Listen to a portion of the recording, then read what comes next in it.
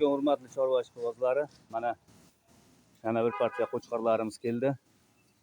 Tayyor ehsonlar har xil marosimlarda o'tkazaveradi. Kelasi esa yaxshi semiz qo'chqorlarimiz, qiziqqanlar, qo'y boqishga qiziqadiganlar, mana qurbonliklarga qo'y boqaman deganlar bemalol mana yeb ichishi, o'tlarni yeyishi zo'r.